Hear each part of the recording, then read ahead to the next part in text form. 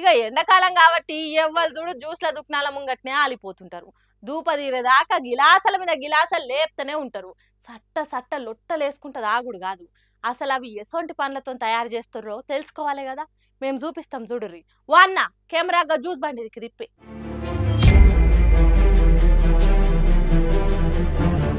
ఆహా, ఎంత కమ్మగున్నాయో కదా దానిమ్మ గింజలు.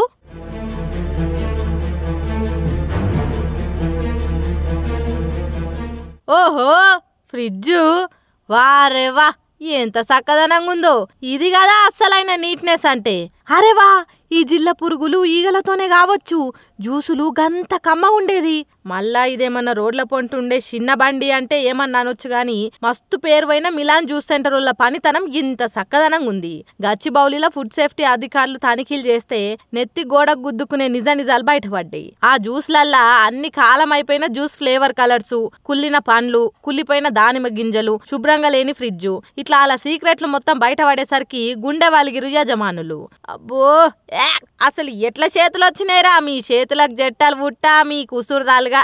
ఎంత గుడ్డిగా నమ్ముతారు కదరా. ఎట్లా పడితే అట్లా మోర్లలో వారబోయాల్సిన వీటిని మనుషుల కడుపులలో తోలుతుర్రు. షీ, మీ ఆసొంటోళ్ళకి ఎంతటి శిక్ష వేసినా తప్పులేదు. తిండే అనుకున్నాం, ఇప్పటి సంది బయట జ్యూసులు తాగుదామన్న పానం జివ్వుమంటుందిగా. తూ పాడుగాను అంత ఇట్ల దండకం షురూ చేసిర్రు ఈ బండారం చూసిన వాళ్ళంత. ఇప్పుడు ఈ రోజులల్లా పెండ్లి చేసుకొని కాల్చుండు మస్తు తిప్పలైతున్నది.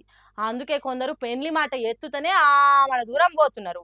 ఇంకొందరు అయితే ఒక భార్య తెలవకుండా ఇంకొకళ్ళని చేసుకొని పడరాని పాటలు పడుతున్నారు. అక్కడదంతే ఇక్కడ, ఇక్కడదంతే అక్కడ అన్నట్టు షెండు తిరగబడుతున్నారు.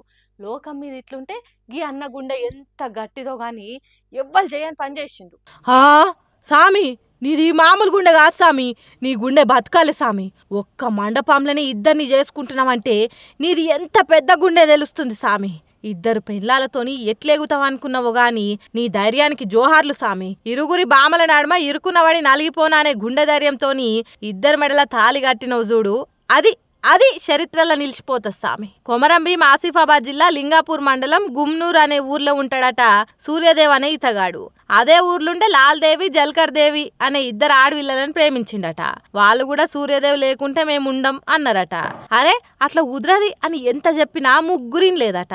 నాకు ఇద్దరు కావాలే అని సూర్యదేవ్, మాకు సూర్యదేవే కావాలని ఇద్దరు పట్టు పట్టిండ్రట. ఇట్లయితే ఎట్లా అని పెద్ద మనుషులు అడిగితే మేము ముగ్గురం కలిసి ఉంటాం అని అన్నారట.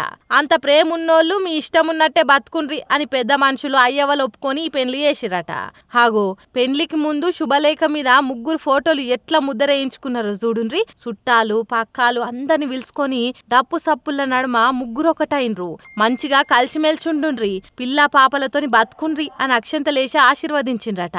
పెద్దలు పెళ్లి చేసి చేతులు దులుపుకున్నారు గాని తర్వాత వీళ్ళు ఎట్లా బతుకుతారు, ఎసోంటి లొల్లి లేకుండా సూర్యదేవ్ పెండ్లాలతోని ఎట్లా సంసారం సాగిస్తాడనేది వాళ్ళ చేతుల్నే ఉన్నదిగా. ఏమంటారు?